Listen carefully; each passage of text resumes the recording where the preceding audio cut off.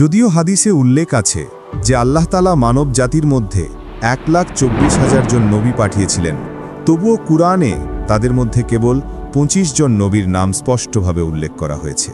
আমরা এই নবীদের সম্পর্কে কিছু জ্ঞান পাই কোরআন থেকে, হাদিস থেকে, এমনকি পূর্ববর্তী ধর্মগ্রন্থ তাওরাত ও বাইবেল থেকেও। তবে অনেকে জানেন না এদের প্রত্যেককে কোন জাতির কাছে পাঠানো হয়েছিল, তারা কোন অঞ্চলে বাস করতেন এবং আজকের পৃথিবীতে সেই স্থানগুলো কোথায় অবস্থিত। আমরা এই ভিডিওতে একটা সংক্ষিপ্ত কিন্তু জ্ঞান সমৃদ্ধ ভ্রমণে যাব, যেখানে জানব কোরআনে উল্লেখিত এই 25 জন নবী কারা ছিলেন, তারা কোথায় প্রেরিত হয়েছিলেন, আর আজকের মানচিত্রে সেই ভূমিগুলো কোথায় অবস্থিত। তারা আমাদের মতোই মানুষ ছিলেন, তাদের পরিবার ছিল, তাদের ইচ্ছা অনুভূতি ছিল, কিন্তু তারা তাদের জীবন উৎসর্গ করেছিলেন আল্লাহর বার্তা প্রচারের মিশনে। আল্লাহ তাদের সকলের প্রতি শান্তি বর্ষণ করুন। আদম আলাইহিসসালাম। আদম আলাইহিসসালাম মানব জাতির প্রথম মানুষ এবং প্রথম নবী।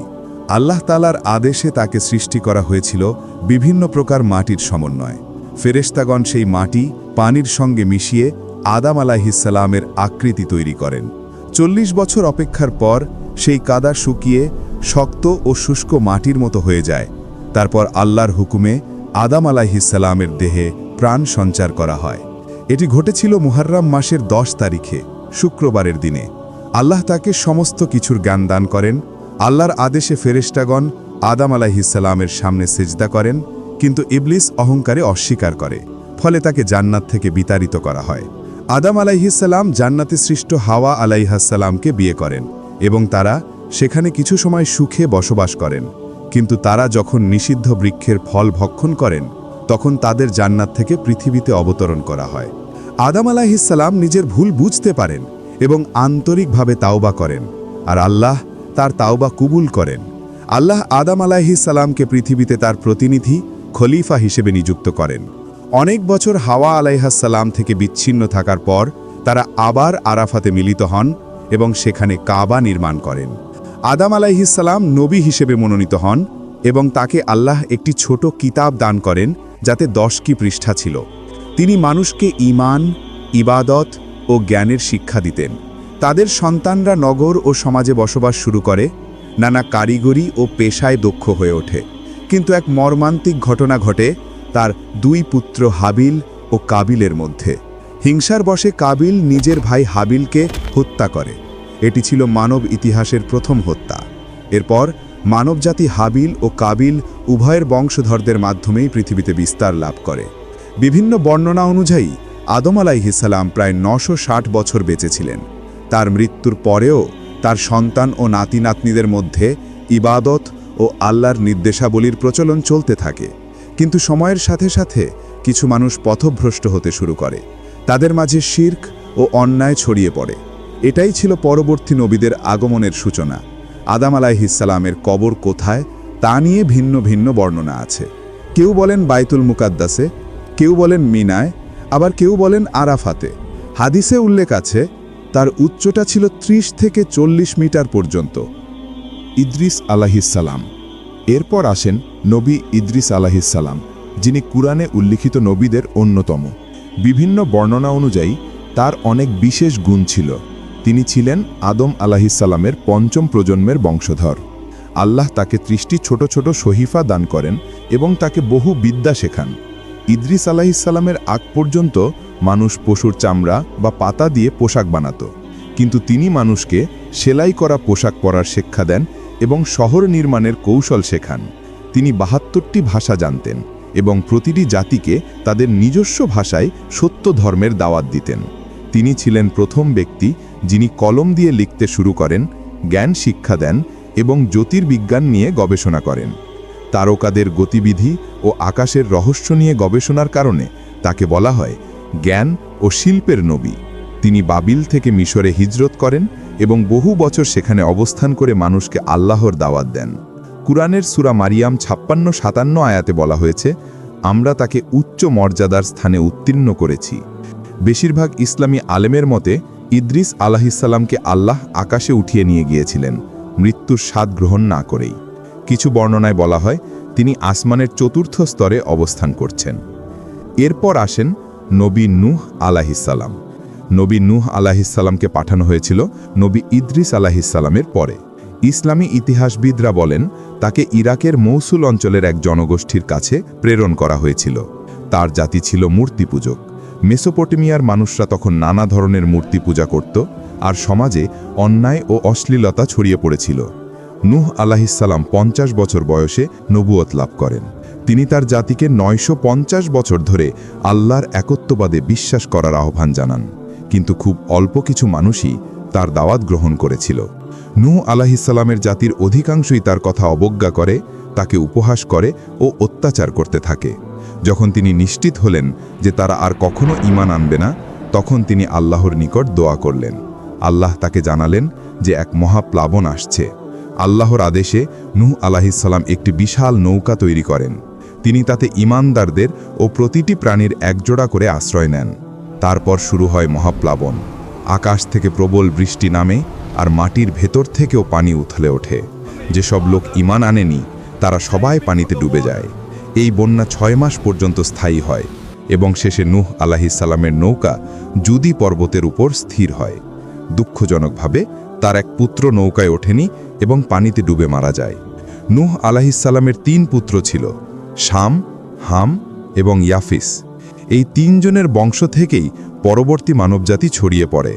ইসলামী ইতিহাস অনুযায়ী শামের বংশধরদের মধ্যে ছিলেন আরব, বনি ইসরাইল, ইহুদি, আশিরীয়, ব্যাবিলনীয়, পারসিক, সিরিয়ান এবং আরামি। হামের বংশধরদের মধ্যে ছিলেন আফ্রিকার জনগোষ্ঠী, মিশরীয় ও ইথিওপীয়রা। ইয়াফিসের বংশধরদের মধ্যে ছিলেন তুর্কি, গ্রিক, রুশ, মঙ্গল, চীনা, ভারতীয় এবং ইউরোপীয় জনগোষ্ঠী। এই বংশধারার বিবরণ পাওয়া যায় ইবন কাসির, তবেরি, ইবন খালদুন সহ বহু প্রাচীন ইসলামী ইতিহাসবিদ ও ব্যাখ্যাকারের গ্রন্থে। এই কারণে নূহ আলাইহিসসালামকে বলা হয় দ্বিতীয় আদম, কারণ তার থেকেই পুনরায় মানবজাতির বিস্তার ঘটে। তিনি প্রায় 1000 বছর বেঁচে ছিলেন। কুরআনে নূহ আলাইহিসসালামকে বহু জায়গা উল্লেখ করা হয়েছে এবং তাকে বলা হয়েছে আল্লাহর প্রতি অত্যন্ত কৃতজ্ঞ বান্দা। নবী হুদ আলাইহিসসালাম। নূহ আলাইহিসসালামের পর বহু প্রজন্ম কেটে যায়। মানুষ আবারও শিরক ও মূর্তি পূজায় লিপ্ত হতে শুরু করে। তখন আল্লাহ নবী হুদ আলাইহিসসালামকে প্রেরণ করেন আদ জাতির কাছে। আদ জাতি বসবাস করত আরব উপদ্বীপের দক্ষিণ অংশে, যা আজকের ইয়েমেনের হাদ্রামাউত অঞ্চল নামে পরিচিত। তারা ছিল অত্যন্ত শক্তিশালী ও উচ্চাকাঙ্ক্ষী জাতি। বিশাল স্থাপনা নির্মাণ করত, মরুভূমিতে মহল বানাত এবং নিজেদের শক্তি নিয়ে গর্ব করত। হুদ আলাইহিসসালাম তাদেরকে একত্ববাদের দাওয়াত দেন। বলেন, তোমরা কেবল আল্লাহর ইবাদত করো, তিনিই তোমাদের সৃষ্টি করেছেন। কিন্তু আদ জাতি অহংকারে অন্ধ হয়ে তাকে উপহাস করে বলে, তুমি তো আমাদের মতোই একজন মানুষ। তুমি কি আমাদের পূর্বপুরুষদের দেবতাদের বদলে নতুন কোনো উপাস্য বানাতে চাও? তারা নবীর বার্তা অস্বীকার করে এবং পাপাচারে লিপ্ত হয়। তখন আল্লাহ তাদের ওপর শাস্তি নাজিল করেন। প্রথমে দীর্ঘ খরা, এরপর প্রবল ঝড়।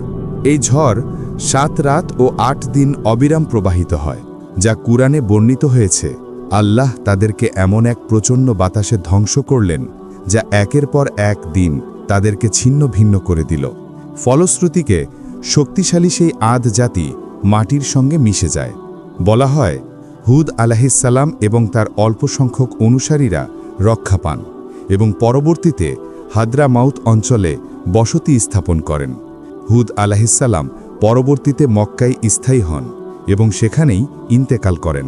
এই ঘটনার বর্ণনা কুরআনের বহু স্থানে এসেছে। নবী সালেহ আলাইহিসসালাম। সালেহ আলাইহিসসালাম ছিলেন সেই নবী যিনি প্রেরিত হয়েছিলেন তামুদ জাতির কাছে। তামুদের মানুষেরা ছিল মূর্তি পূজারী। তারা প্রযুক্তি ও স্থাপত্যে ছিল অগ্রসর।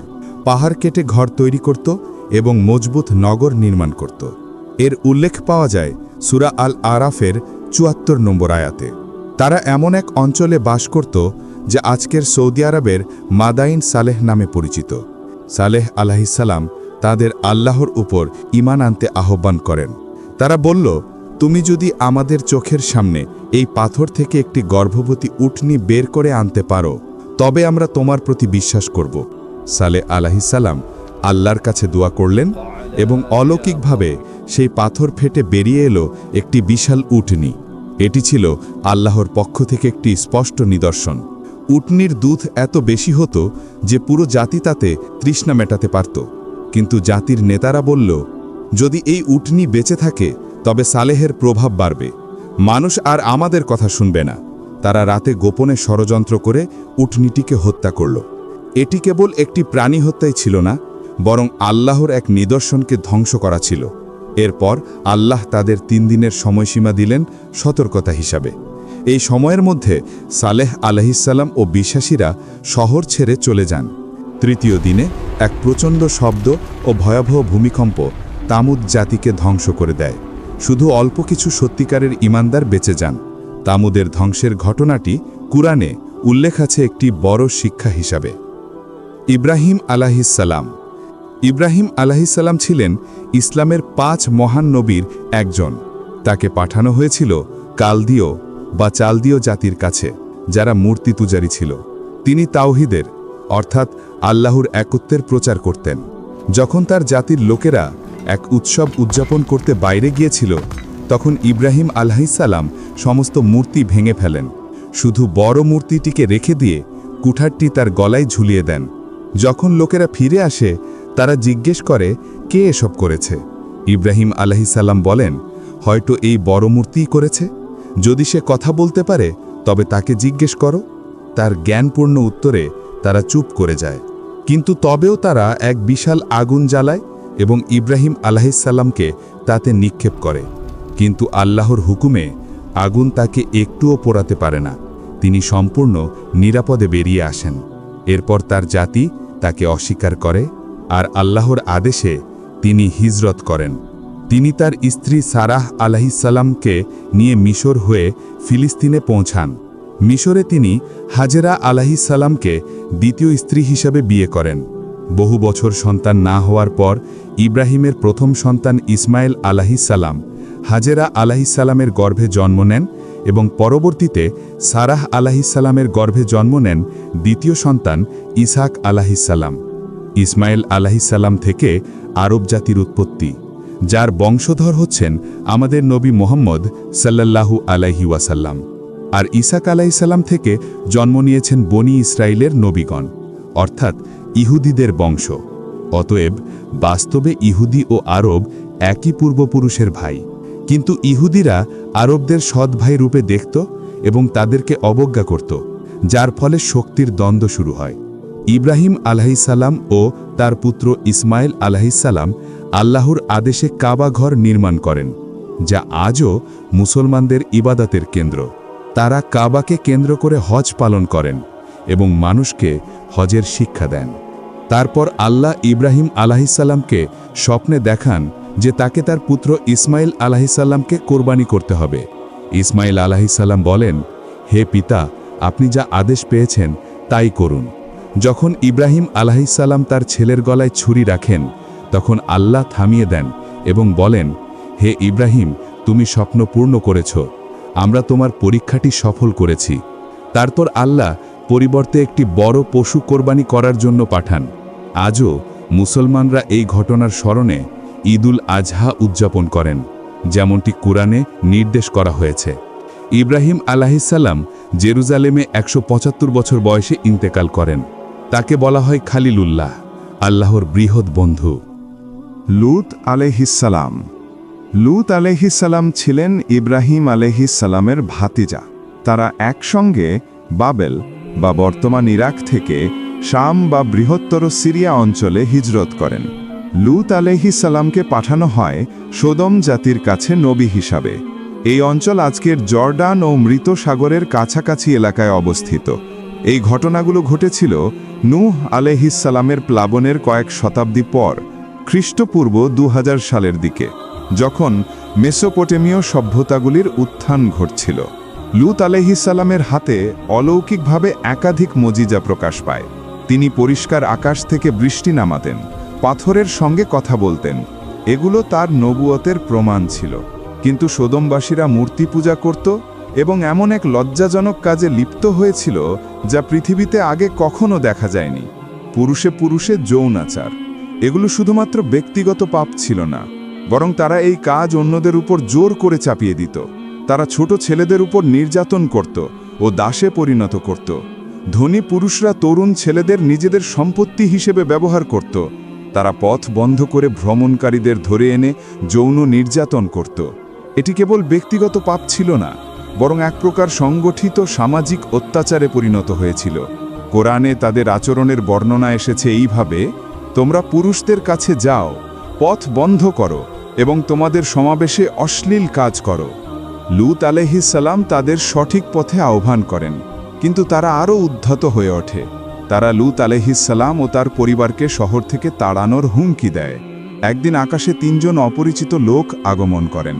তারা সুদর্শন তরুণ পুরুষের রূপে ছিলেন এবং লূত আলাইহিস সালামের অতিথি হিসাবে তার ঘরে থাকেন। সোদমবাসীরা সেই অতিথিদের লুটে নেওয়ার জন্য জড়ো হয়। তাদের উদ্দেশ্য ছিল সেই মানুষগুলোর উপর যৌন নির্যাতন করা। লূত আলাইহিস সালাম ভয় পান, কিন্তু তখন অতিথিরা নিজেদের পরিচয় দেন। তারা ছিলেন ফেরেশতা। তারা লূত আলাইহিস সালামকে বলেন রাতের বেলায় ঈমানদারদের নিয়ে শহর ছেড়ে চলে যেতে। লূত আলাইহিস সালাম ও তার কিছু অনুসারী রাতেই পালিয়ে যান। সকালে শহরটি উল্টে ফেলা হয়, আকাশ থেকে পাথরের বৃষ্টি নামে, আর সেই পাপাচারী জাতি সম্পূর্ণরূপে ধ্বংস হয়। ইসলাম মতে তারা কেবল সমকামিতার জন্য ধ্বংস হয়নি, বরং কারণ ছিল তারা সমাজে জোর করে এই পাপ ছড়িয়ে দিয়েছিল, দুর্বলদের অপহরণ করেছিল এবং গণ অত্যাচারকে স্বাভাবিক করে তুলেছিল। 3 জন সুন্দর অতিথির কাহিনী কোরআনে এই শিক্ষার প্রতীক হিসাবে বর্ণিত হয়েছে। ইসমাইল আলাইহিস সালাম। ইসমাইল আলাইহিস সালাম ছিলেন ইব্রাহিম আলাইহিস সালামের জ্যেষ্ঠ পুত্র এবং নবী মুহাম্মদ সাল্লাল্লাহু আলাইহি ওয়াসাল্লামের অন্যতম পরদাদা। তার মা ছিলেন হাজেরা আলাইহিস সালাম। ইব্রাহিম আলাইহিস সালাম আল্লাহর আদেশে হাজেরা ও শিশুপুত্র ইসমাইলকে মক্কায় রেখে ফিরে যান। যখন হাজেরা আলাইহিস সালাম পানির খোঁজে সফা ও মারওয়া পাহাড়ের মাঝে দৌড়াচ্ছিলেন, তখন অলৌকিকভাবে মাটির নিচ থেকে জামজামের পানি থেটে বের হয়। ইসমাইল আলাইহিস সালাম বড় হয়ে ওঠার পর তাকে নবী করে পাঠানো হয় জুরহুম জাতির কাছে। তিনি তাদের আল্লাহর ধর্ম শিক্ষা দেন, মানুষকে ইবাদতের আহ্বান করেন, নমাজ পড়া ও জাকাত দেওয়া শেখান। তার ছিল অসাধারণ তীরন্দাজি ও ঘোড়াসওয়ারির দক্ষতা। হাদিস গ্রন্থগুলোতে উল্লেখ আছে যে ইসমাইল আলাইহিস সালামই আরবি ভাষাকে পুনরুজ্জীবিত ও প্রতিষ্ঠিত করেন। তার অলৌকিক ঘটনাগুলোর মধ্যে ছিল কাঁটাযুক্ত গাছে ফল ফলানো এবং ভেড়াগুলোকে দুধ দান করানো। তিনি মক্কাতেই ইন্তেকাল করেন এবং কাবা শরীফের পাশে হিজের এলাকায় সমাহিত হন। ইসহাক আলাইহিস সালাম। ইসহাক আলাইহিস সালাম ছিলেন ইব্রাহিম আলাইহিস সালামের দ্বিতীয় পুত্র। তার মা ছিলেন সারা আলাইহিস সালাম। ইসহাক আলাইহিস সালাম নবী হিসাবে প্রেরিত হন কানালের ভূমিতে, যা আজকের ফিলিস্তিনে পরিচিত। তিনি তার ভাই ইসমাইল আলাইহিস সালামের সঙ্গে মক্কা সফর করেন এবং পরে তার পিতার ধর্ম প্রচার করেন। কোরআনে তাকে বলা হয়েছে একজন উত্তম বান্দা, সৎ, সত্যবাদী এবং আল্লাহর প্রতি নিবেদিত। তিনি ছিলেন নবী ইয়াকুব আলাইহিস সালামের পিতা। তার অলৌকিক ঘটনাগুলোর মধ্যে ছিল প্রাণীদের তার নবুয়তের সাক্ষ্য দেওয়া, তার দোয়ার বরকতে একটা পাহাড়ের সরে যাওয়া এবং মৃত প্রাণীদের জীবিত হয়ে ওঠা। তিনি 120 বছর বয়সে ফিলিস্তিনে ইন্তেকাল করেন। তার কবর অবস্থিত হেব্রন শহরে, যেখানে তার পিতা ইব্রাহিম আলাইহিস সালামের কবরও আছে। ইয়াকুব আলাইহিস সালাম। ইয়াকুব আলাইহিস সালাম ছিলেন ইব্রাহিম আলাইহিস সালামের পৌত্র ও ইসহাক আলাইহিস সালামের পুত্র।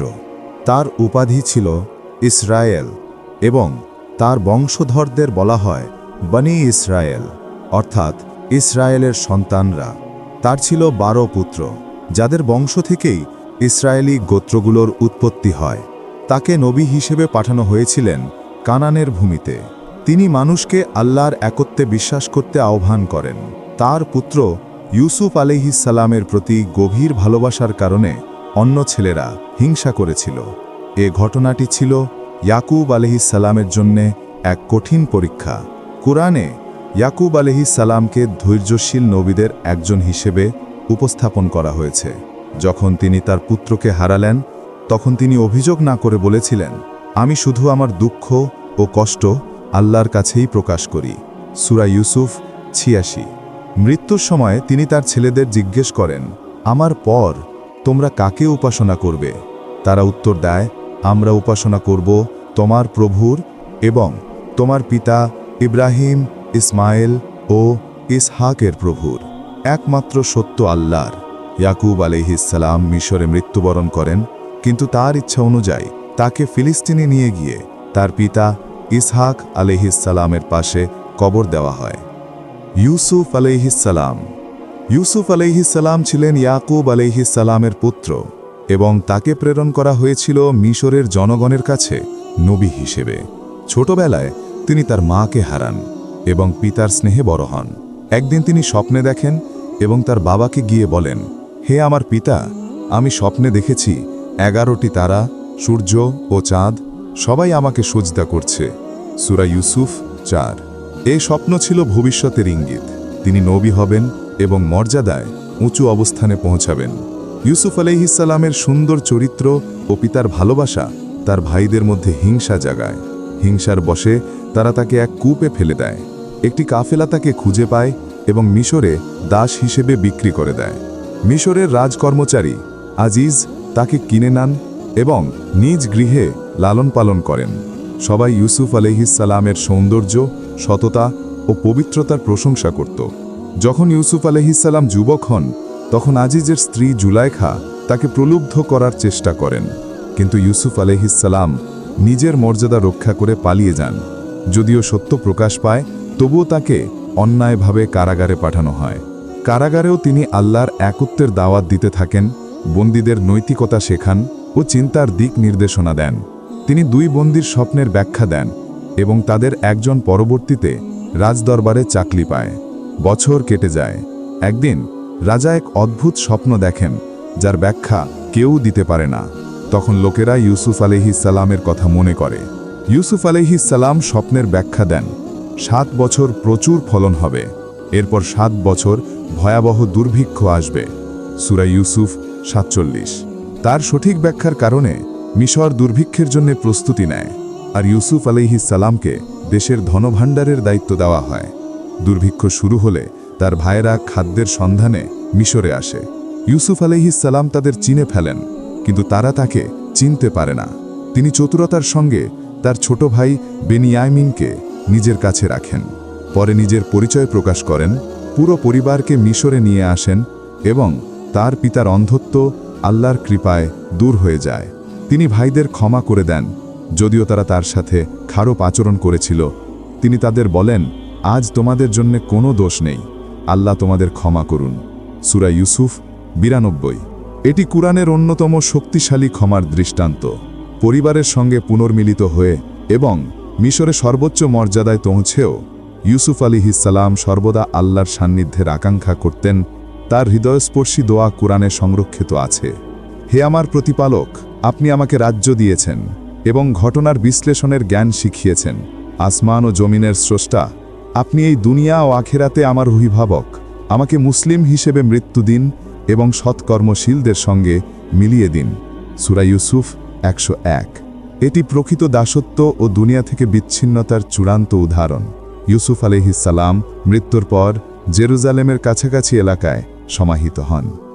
শুয়াইব আলাইহিসসালাম। শুয়াইব আলাইহিসসালামকে নবী হিসেবে পাঠানো হয়েছিল মাদিয়ন ও আইকার জনগণের কাছে। মাদিয়ন ছিল আজকের জর্ডান ও উত্তর পশ্চিম সৌদি আরবের মধ্যবর্তী অঞ্চল। তার মিষ্ট ভাষা ও প্রভাবশালী উপস্থাপনার জন্য তাকে বলা হয় নবীদের বক্তা, খাতিবুল আম্বিয়া। তার জাতি বাণিজ্যে জড়িত ছিল, কিন্তু তারা মূর্তি পূজা করত এবং প্রতারণা, ঘাটতি মাপ, সুদ ও দুর্নীতিতে লিপ্ত ছিল। তিনি তাদের আল্লাহর একত্বে বিশ্বাস ও ন্যায়ের পথে আহ্বান করেন। তিনি বলেন, ন্যায় বিচারের সঙ্গে পূর্ণ মাপ ও ওজন দাও, মানুষের অধিকার খাটো করো না এবং পৃথিবীতে ফাসাদ সৃষ্টি করো না। সূরা আল আরাফ। কিন্তু তার জাতি তাকে উপহাস করে বলে, হে শুয়াইব, তুমি কি আমাদের পিতৃপুরুষদের ধর্ম ত্যাগ করতে বলছো, নাকি আমাদের সম্পত্তির বিষয়ে যা খুশি তা করতে নিষেধ করছো? সূরা হুদ। শুয়াইব আলাইহিসসালাম সতর্ক করে দেন যে আল্লাহর শাস্তি 3 দিনের মধ্যেই আসবে। 3 দিন পর ভয়ঙ্কর ভূমিকম্পে তারা সবাই ঘরে ঘরে নিস্তেজ হয়ে পড়ে।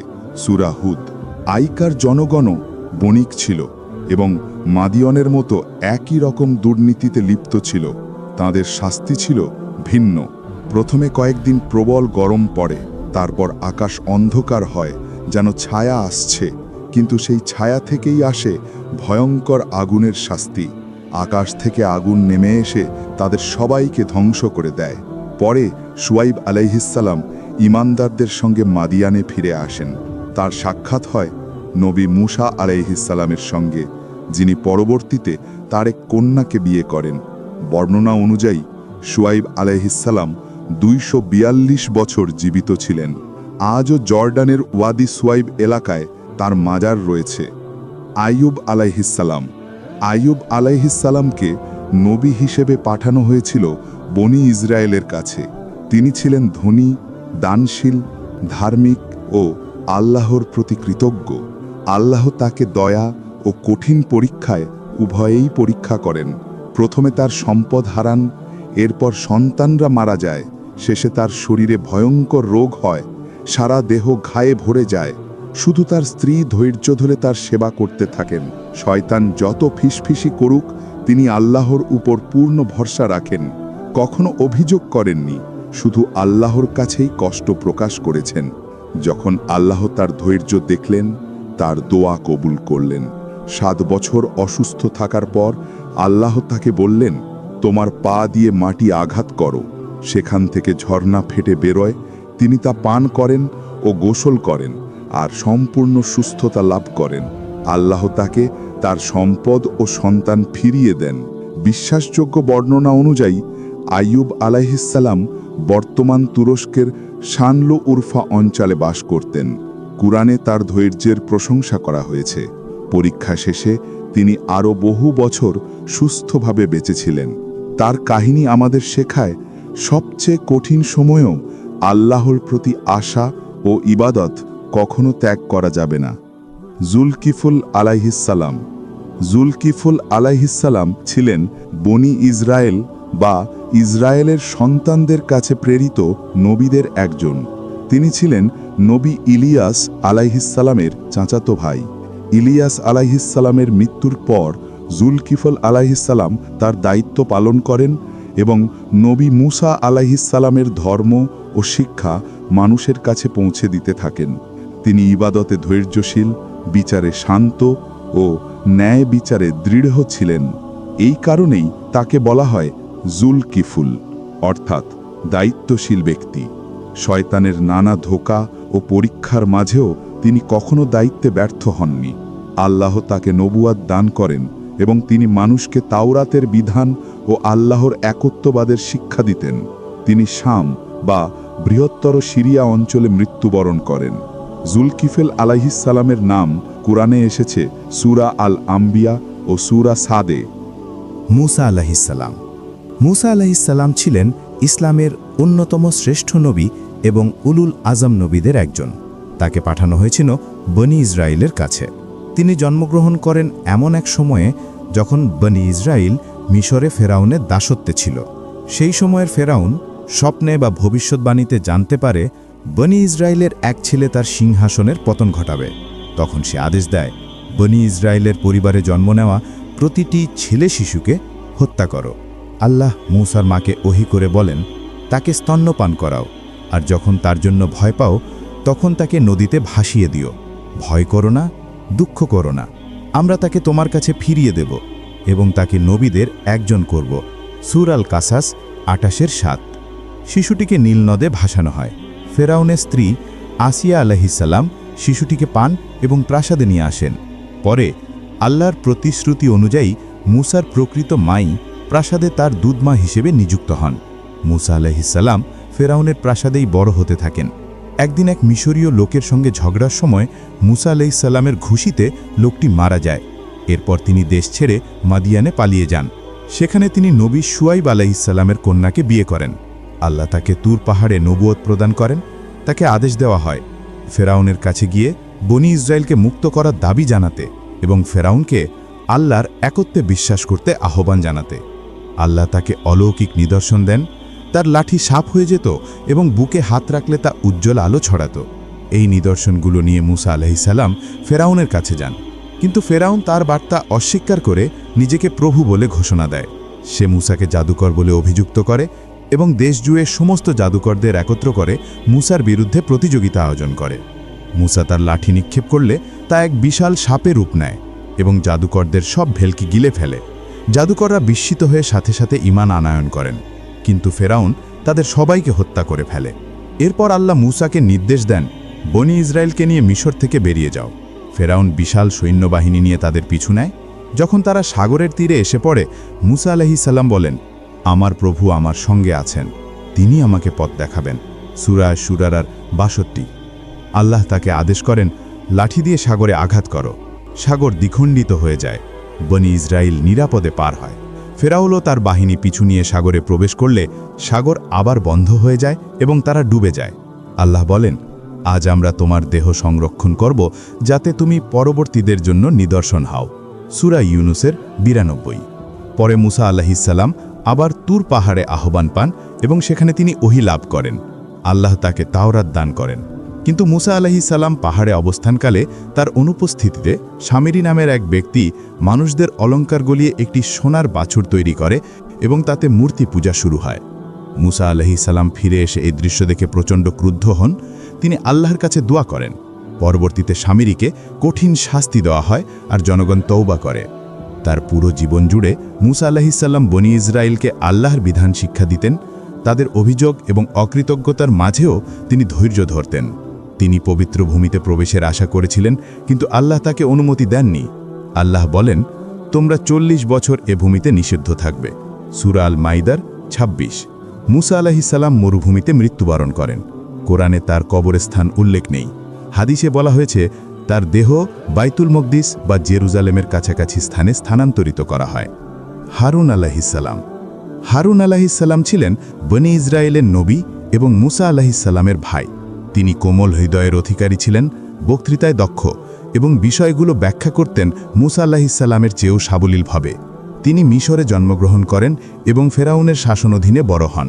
যখন মুসা আলাইহিস সালাম নবুয়ত লাভ করেন, হারুন আলাইহিস সালামকেও নবী হিসেবে মনোনীত করা হয়। তারা একসঙ্গে ফেরাউনের কাছে গিয়ে সত্য ধর্মের প্রচার করেন। যখন তারা লাল সাগর অতিক্রম করেন, মুসা আলাইহিস সালাম তুর পাহাড়ে যান। সেই সময় হারুন আলাইহিস সালাম জনগণের দায়িত্ব পালন করেন। কিন্তু সামিরি মানুষদের বিপথে নিয়ে গিয়ে সোনার বাছুরের পূজা শুরু করায় হারুন আলাইহিস সালাম যতই সতর্ক করেন, তাদের সম্পূর্ণভাবে থামাতে পারেননি।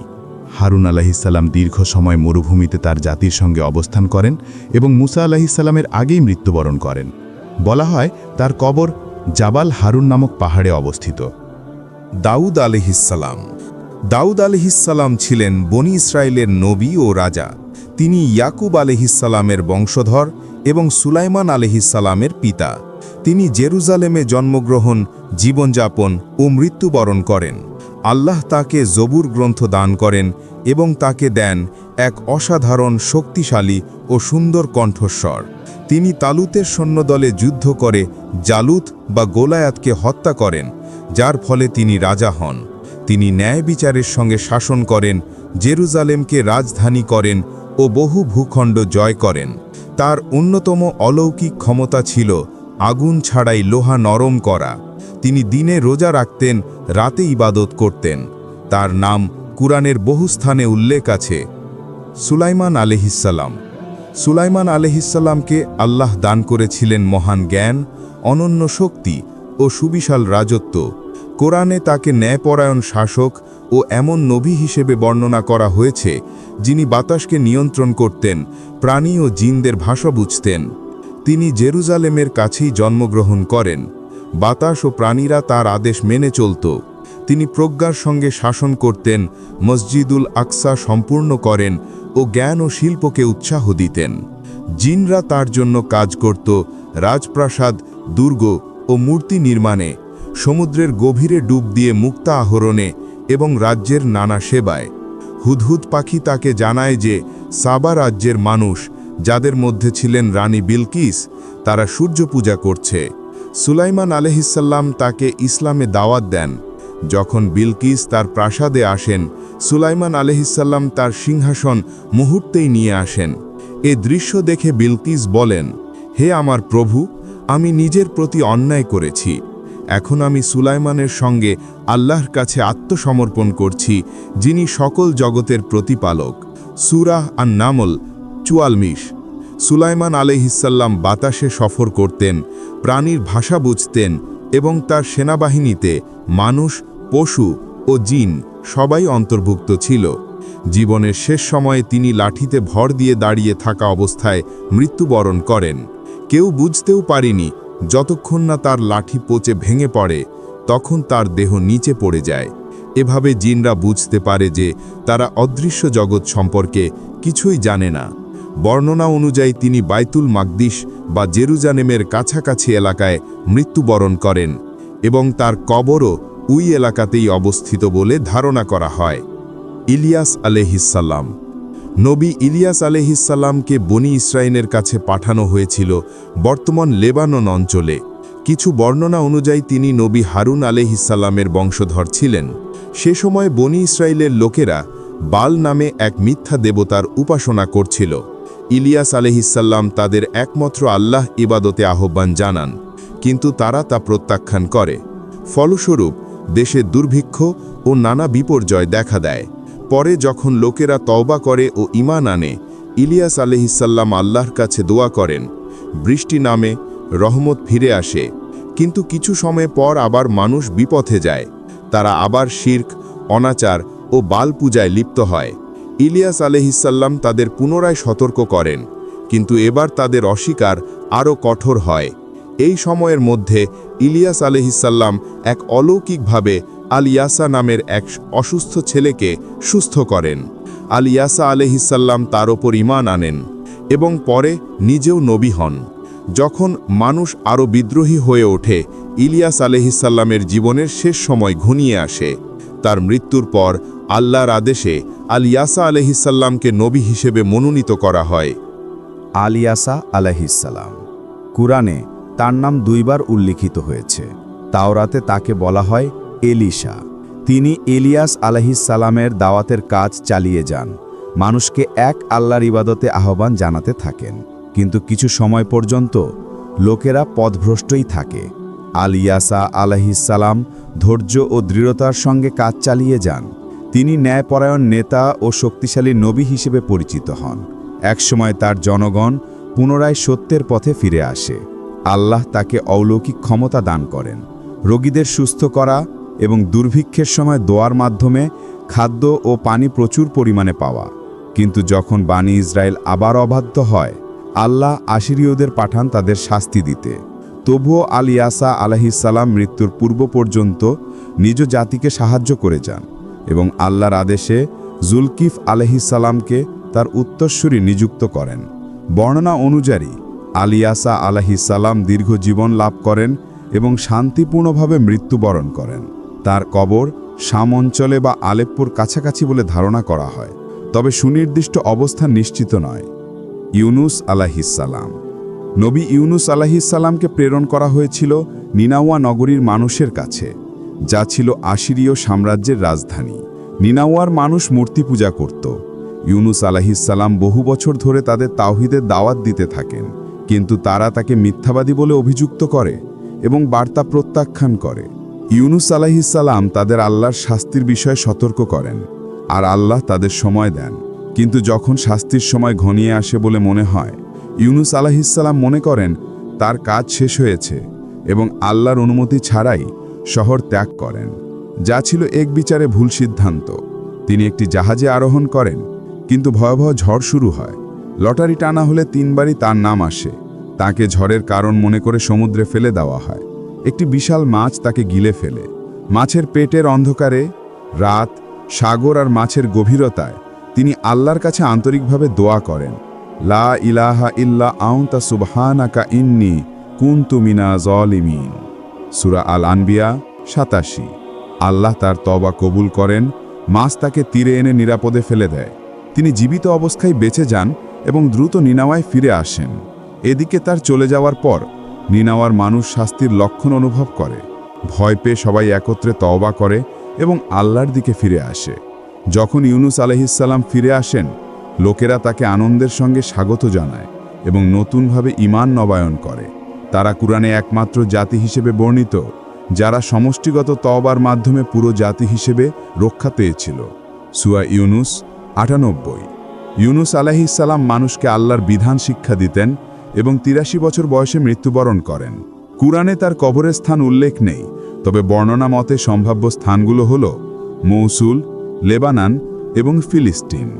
যখন রাসূলুল্লাহ সাল্লাল্লাহু আলাইহি ওয়াসাল্লাম তাইফ থেকে দুঃখ ভারাক্রান্ত মনে ফিরে আসছিলেন, তিনি নবী ইউনুস আলাইহিসসালামের কাহিনী স্মরণ করেন এবং তাতে সান্ত্বনা পান।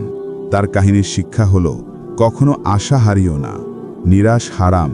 আল্লাহ যখনই চান তখনই মুক্তির পথ খুলে দেন। একটি জাতি যদি একসঙ্গে তওবা করে তাহলে তারা একত্রে রক্ষা পেতে পারে।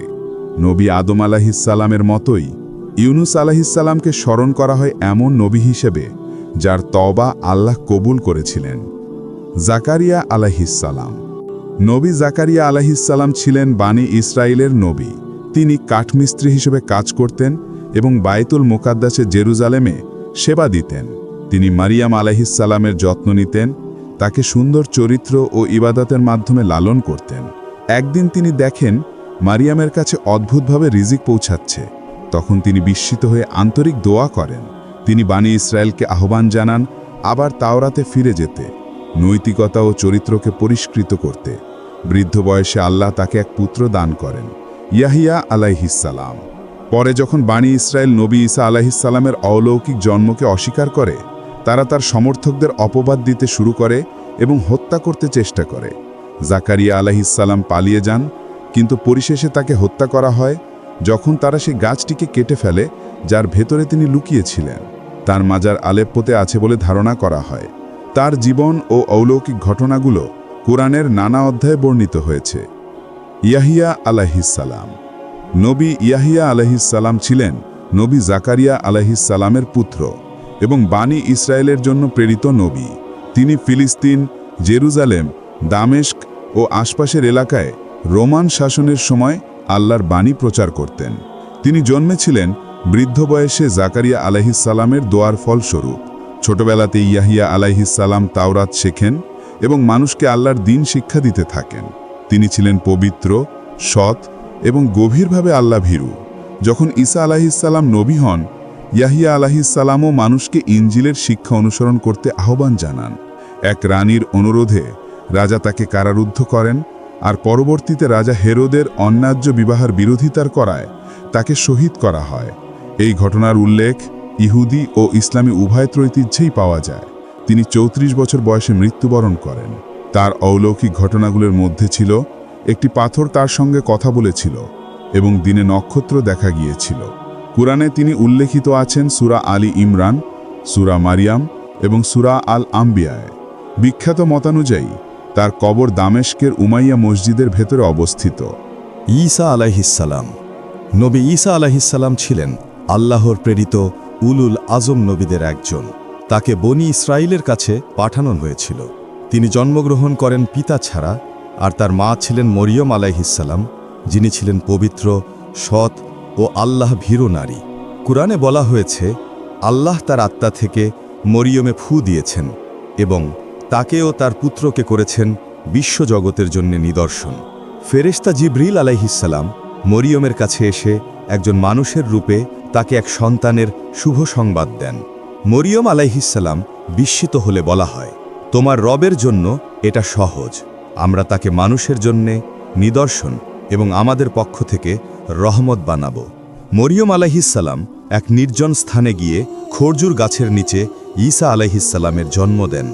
শিশুকালেই দোলনায় শুয়ে থাকা অবস্থায় ঈসা আলাইহিসসালাম তার মায়ের পক্ষ নিয়ে বলেন, আমি আল্লাহর বান্দা, তিনি আমাকে কিতাব দিয়েছেন এবং নবী বানিয়েছেন। আল্লাহ তাকে ইনজিল প্রদান করেন, যা তাওরাতকে সমর্থন করেছিল এবং মানুষের বিকৃত বিশ্বাস সংশোধনের জন্য নাজিল হয়েছিল। তার 12 জন নিকট সঙ্গী ছিল, হাওয়ারিউন, যারা তাকে নিবিড়ভাবে সহায়তা করতেন। তবুও অধিকাংশ বনি ইসরায়েল তাকে অস্বীকার করে। কিছু লোক এমনকি তাকে আল্লাহর পুত্র বলতো, যা ইসলাম অনুযায়ী শিরক। এই বিশ্বাস পরে রোমান পৌত্তলিক পুরোহিতদের প্রভাবে খ্রিস্ট ধর্মে প্রবেশ করে, যদিও প্রথম দিকে রোমানরা খ্রিস্টানদের নির্যাতন করত। যখন তারা ধর্মটির বিস্তার ঠেকাতে পারল না, তখন তারা পৌত্তলিক বিশ্বাসের সঙ্গে খ্রিস্ট ধর্মকে মিশিয়ে দেয়। ফলে ধর্মটি তার মূল একত্ববাদী বা তাওহিদি রূপ হারায়। কোরআন এই বিকৃত বিশ্বাসের জবাবে বলে, আল্লাহ সন্তানের প্রয়োজন থেকে পবিত্র। তিনি যখন কিছু ইচ্ছা করেন বলেন হও, আর তা হয়ে যায়। যদিও ঈসা আলাইহিসসালাম অনেক অলৌকিক ঘটনা দেখান, তবুও অধিকাংশ বনি ইসরাইল তাকে প্রত্যাখ্যান করে এবং রোমান সৈন্যদের খবর দেয়। কিন্তু আল্লাহ তাদের সফল হতে দেননি, বরং ঈসা আলাইহিসসালামকে আকাশে তুলে নেন। ইসলাম ও খ্রিস্ট ধর্মের উভয়েরই ঐতিহ্যে আছে ঈসা আলাইহিসসালাম আবার পৃথিবীতে ফিরে আসবেন কিয়ামতের পূর্বে। ঈসা আলাইহিসসালামের অলৌকিক ঘটনাগুলোর মধ্যে ছিল দোলনা থেকেই কথা বলা, রোগীদের সুস্থ করা এবং মৃতদের পুনরুজ্জীবিত করা, সবই আল্লাহর অনুমতিতে। খ্রিস্টানরা বিশ্বাস করে ঈসা আলাইহিসসালাম ক্রুশবিদ্ধ হয়েছিলেন, কিন্তু ইসলামে বলা হয়েছে তিনি না নিহত হয়েছেন না ক্রুশবিদ্ধ হয়েছেন। আল্লাহ তাকে আকাশে তুলে নিয়েছেন এবং একদিন তিনি ফিরে আসবেন দাজ্জালের বিরুদ্ধে যুদ্ধ করতে এবং মানুষকে একত্র করে ইসলামের পতাকার নিচে ঐক্যবদ্ধ করতে।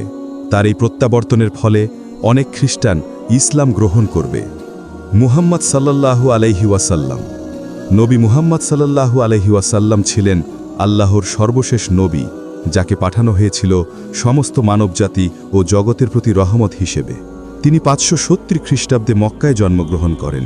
তার পিতা ছিলেন আব্দুল্লাহ, মাতা আমিনা রাদিয়াল্লাহ। তিনি কুরাইশ গোত্রের এক মহান পরিবারে জন্মগ্রহণ করেন, হাশিম বংশ, যাদের বংশধারা নবী ইসমাইল আলাইহিসসালামের দিকে পৌঁছে যায়। তার জন্মের আগেই পিতার মৃত্যু হয়, আর 6 বছর বয়সে মাকেও হারান। এরপর দাদা, পরে চাচা আবু তালিব তাকে লালন পালন করেন। মক্কায় তিনি পরিচিত ছিলেন আল আমিন হিসেবে, বিশ্বস্ত ও সৎ হিসেবে। তিনি কখনো মূর্তি পূজা করেননি, কোনো পাপেও লিপ্ত হননি। 25 বছর বয়সে তিনি খাদিজা রাদিয়াল্লাহকে বিবাহ করেন, যিনি তার সততা ও চরিত্রে মুগ্ধ ছিলেন। 40 বছর বয়সে হীরা গুহায় অবস্থানকালে ফেরেশতা জিবরিল আলাইহিসসালাম তার কাছে প্রথম ওহী নিয়ে আসেন, পড়ো তোমার প্রভুর নামে যিনি সৃষ্টি করেছেন, সূরা আল আলাক 1। এতেই তার নবুয়তের সূচনা হয়। প্রথম ঈমান আনেন খাদিজা রাদিয়াল্লাহ, আবু বকর রাদিয়াল্লাহ, আলী রাদিয়াল্লাহ এবং যায়েদ ইবনে হারিসা রাদিয়াল্লাহ। মক্কার মূর্তিপূজকেরা তাকে দাওয়াত প্রত্যাখ্যান করে, তাকে পাগল, কবি কিংবা জাদুকর বলে অভিযুক্ত করে। বিশ্বাসীদের নির্যাতন করা হয়, তাকে বয়কট করা হয়, পাথর মারা হয়, অপমান করা হয়, এমনকি হত্যার হুমকি দেয়া হয়। তার জীবনের সবচেয়ে কষ্টের বছর ছিল আম্মুল হুজুন, অর্থাৎ দুঃখের বছর, যেদিন খাদিজা রাদিয়াল্লাহ ও আবু তালিব মারা যান। এরপর ঘটে অলৌকিক ঘটনা, ইসরা ও মেরাজ। এক রাতে তিনি মক্কা থেকে জেরুজালেম, তারপর 7 আসমান পর্যন্ত ভ্রমণ করেন। 53 বছর বয়সে তিনি আল্লাহর আদেশে মদিনায় হিজরত করেন। এই হিজরতেই ইসলামী বর্ষপঞ্জির সূচনা, হিজরি সাল। মদিনায় তিনি প্রতিষ্ঠা করেন প্রথম ইসলামী রাষ্ট্র। ইহুদি গোত্রগুলির সঙ্গে চুক্তি করেন। আল্লাহ বলেন, নিশ্চয়ই আল্লাহ মুমিনদের প্রতি অনুগ্রহ করেছেন যখন তাদের মধ্য থেকে একজন রাসূল পাঠিয়েছেন, যিনি তাদের আয়াত পাঠ করেন, তাদের পরিশুদ্ধ করেন এবং তাদের কিতাব ও হিকমত শিক্ষা দেন। সূরা আলে ইমরান 164। ইসলামের প্রধান ঐতিহাসিক ঘটনা। বদরের যুদ্ধ 625 খ্রিস্টাব্দে, উহুদের যুদ্ধ 627 খ্রিস্টাব্দে, খন্দকের যুদ্ধ 628 খ্রিস্টাব্দে, হুদাইবিয়ার চুক্তি 628 খ্রিস্টাব্দে, খাইবারের বিজয় 630 খ্রিস্টাব্দে, মক্কা বিজয়। 63 বছর বয়সে তার শেষ হজে তিনি প্রায় 1,40,000 সাহাবীর সামনে বিদায় হজের খুতবা প্রদান করেন। সেখানে তিনি গোত্রীয় প্রতিশোধের প্রথা বাতিল করেন, নারীর অধিকার ঘোষণা করেন এবং উম্মতকে নির্দেশ দেন কুরআন ও সুন্নাহ আঁকড়ে ধরতে। তখন আল্লাহ এই আয়াত নাজিল করেন, আজ আমি তোমাদের জন্য তোমাদের ধর্ম পূর্ণ করলাম, সূরা আল মাঈদাহ 3। 632 খ্রিস্টাব্দে তিনি আয়েশা রাদিয়াল্লাহের ঘরে ইন্তেকাল করেন। তার মাথা ছিল তার স্ত্রীর কোলে। তার পবিত্র কবর অবস্থিত মসজিদে নববীতে, যা পরিচিত রাউজা মুবারক নামে। নবী মুহাম্মদ সাল্লাল্লাহু আলাইহি ওয়াসাল্লাম মানুষকে শিক্ষা দিয়েছেন তাওহীদ বা এক আল্লাহর ইবাদত, উত্তম চরিত্র, ন্যায় বিচার ও দয়া। তিনি ছিলেন এতিম, কিন্তু রেখে গেছেন সর্বশ্রেষ্ঠ উত্তরাধিকার, কোরআন ও সুন্নাহ। তিনি বলেছেন, আমার এমন একটি দল থাকবে যারা আমাকে না দেখেও ঈমান আনবে, তারাই আমার ভাই। তার সর্বশ্রেষ্ঠ মুজিজা হলো কুরআন, আল্লাহর পক্ষ থেকে নাজিলকৃত এমন এক কিতাব যা অর্থ, প্রজ্ঞা ও ভাষাশৈলীতে অতুলনীয়। যারা বলে এটি আল্লাহর পক্ষ থেকে নয়, কুরআন নিজেই চ্যালেঞ্জ ছুড়ে দিয়েছে, এর মতো একটি সূরা এনে দেখাও। কিন্তু ইতিহাসে কেউ কখনো তা করতে পারেনি, একটি সূরাও নয়। এই চ্যালেঞ্জ আজও বহাল আছে। মুহাম্মদ সাল্লাল্লাহু আলাইহি ওয়াসাল্লাম ছিলেন উম্মি, তিনি পড়তে বা লিখতে পারতেন না। তবুও এমন একটি নিখুঁত, পরিপূর্ণ ও গভীর গ্রন্থ এনেছেন যা মানবজাতির জন্য চিরকালীন পথনির্দেশ। তার আনা বার্তা মানুষের হৃদয় বদলে দিয়েছে, সভ্যতাকে পাল্টে দিয়েছে, এবং আজও সেই ঐশী আলো একই উজ্জ্বলতায় বিকশিত হয়ে আছে। আমরা আমাদের ভিডিওর শেষে চলে এসেছি। আমাদের ভিডিওটি দেখার জন্য ধন্যবাদ। দয়া করে ভিডিওটি লাইক করুন, কমেন্ট করুন এবং আমাদের চ্যানেলটি সাবস্ক্রাইব করুন, যেন আরও মানুষ উপকৃত হতে পারে।